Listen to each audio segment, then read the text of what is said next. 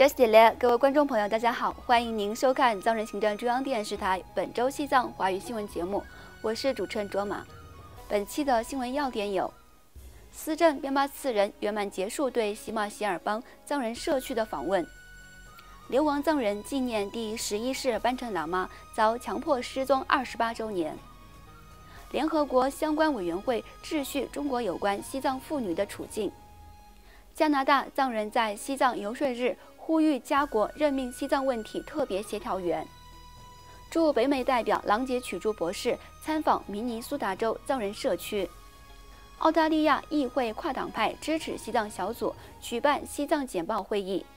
驻巴黎联络处联络官突丹次仁参访法国北部藏人社区；驻台湾代表格桑坚参在台北出席2023年佛诞浴佛祈福会。下面请看详细内容。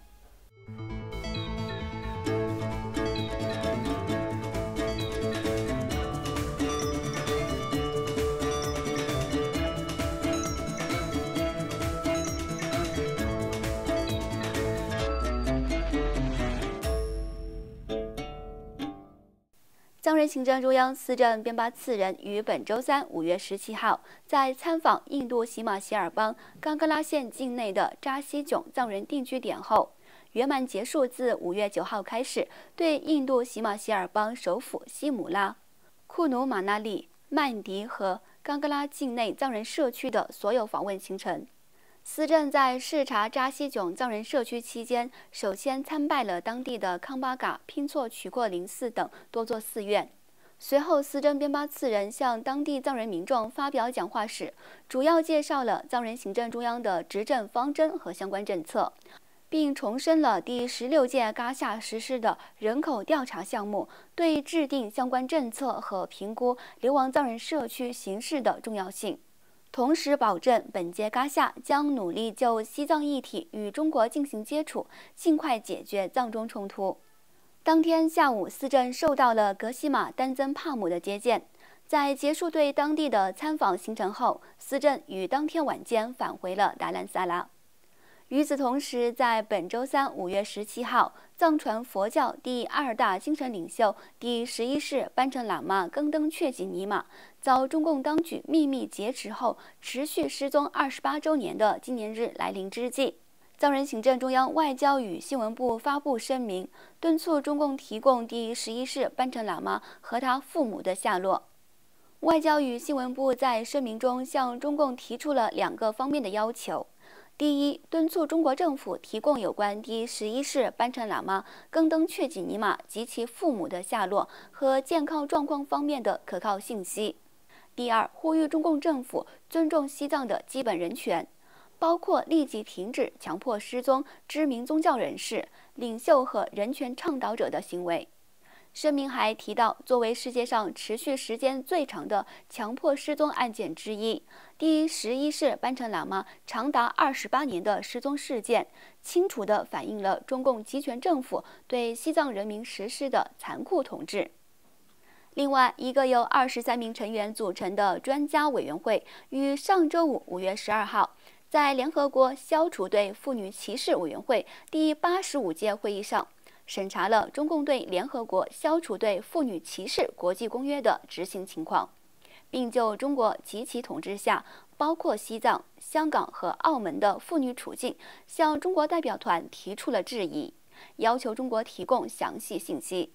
在为期1天的审查会议上，联合国专家就中国及其控制地区，包括西藏以及香港和澳门特别行政区的妇女状况，向中国代表团提出了多项紧迫问题。40多名出席审查会议的中国代表团成员未能对专家提出的问题做出充分回应，导致主席和国家报告员反复干预，提醒中国代表团对专家提出的问题进行具体答复。与会的西藏团体即藏人行政中央驻日内瓦办事处、西藏妇女协会和西藏宣传联盟分别向专家委员会提交了意见书。藏人团体还于5月8号会议第1天发表了一份联合声明，提请委员会关注中国统治下西藏妇女的处境。此外，加拿大的藏人社区于上周四5月11号举行了1年1度的西藏游说日活动，在呼吁加拿大国会议员提供支持的同时，敦促加拿大政府尽快任命西藏问题特别协调员。国会议员阿里夫·戴维尼、詹姆斯·马洛尼、加内特·吉尼斯等来自加拿大5个政党的10名议员参加了在渥太华举行的活动。加拿大藏人社区的代表们呼吁议员们在加拿大政府任命西藏问题特别协调员方面提供支持。安大略省藏人协会主席格桑平措表示，参加活动的加拿大议员们展示了他们坚定且持续的支持，并承诺将与其他议员讨论上述问题，并向加拿大总理介绍相关情况。而与会的加拿大议员们也表明了他们对解决藏中冲突的坚定和持续的支持。今年的西藏游说日由西藏妇女协会、西藏青年大会、泗水六纲组织、加拿大西藏委员会和自由西藏学生运动组织主办，并由加拿大支持西藏团体和加拿大议会支持西藏小组协办。来自多伦多、安大略省、渥太华和蒙特利的34个西藏团体的代表参加了当天的游说活动。另外，藏人行政中央驻北美办事处代表郎杰曲珠博士和藏人联络官贡嘎扎西于近日对明尼苏达州的藏人社区进行了为期4天的参访活动。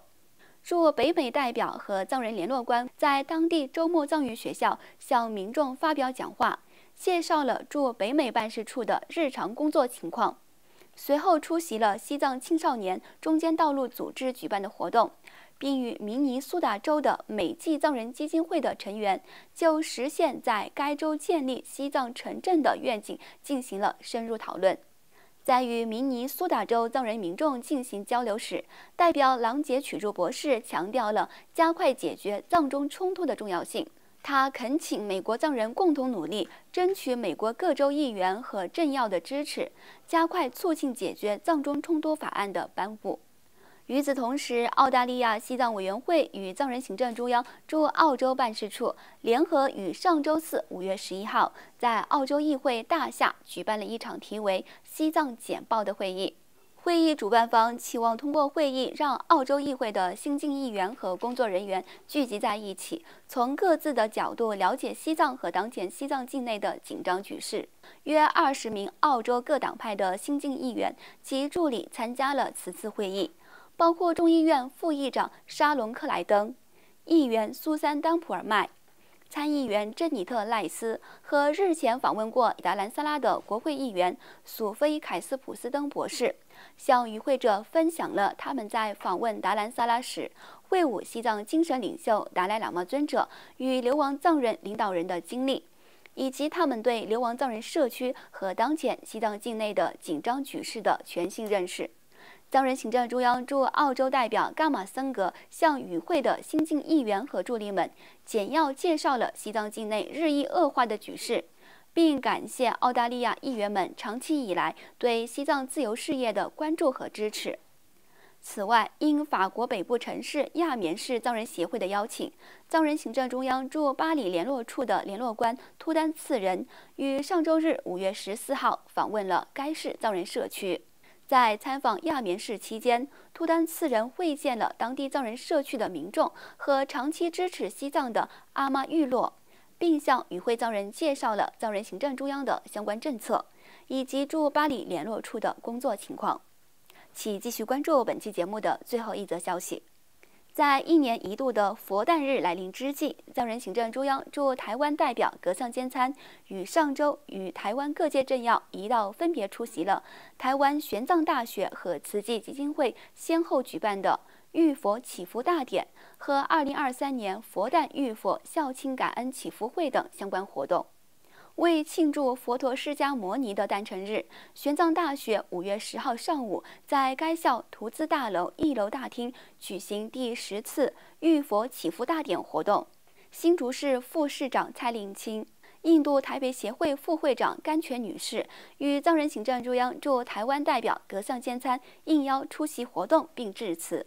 来自汉传佛教、藏传佛教、南传佛教3大法脉的僧众，分别以汉语、藏语和巴利语诵经祈福的方式，展现独树一帜的国际跨文化特色。玄奘大学的校长、教职人员、学生和来自大小乘佛教的僧尼也参加了此次活动。此外，在迎接2023年佛诞节、母亲节、慈济日3节合一殊胜之日，台湾慈济基金会于上周日5月14号晚间，在时隔3年后，于台北自由广场举办2023年佛诞浴佛孝亲感恩祈福会。台湾总统蔡英文亲临礼佛，包括台湾前总统马英九、国民党主席朱立伦、立法院前院长王金平、台北市长蒋万安及新北市长侯友宜同台，随法师共念祈福文，为台湾及世界祈福。藏人行政中央驻台湾代表格藏坚参先生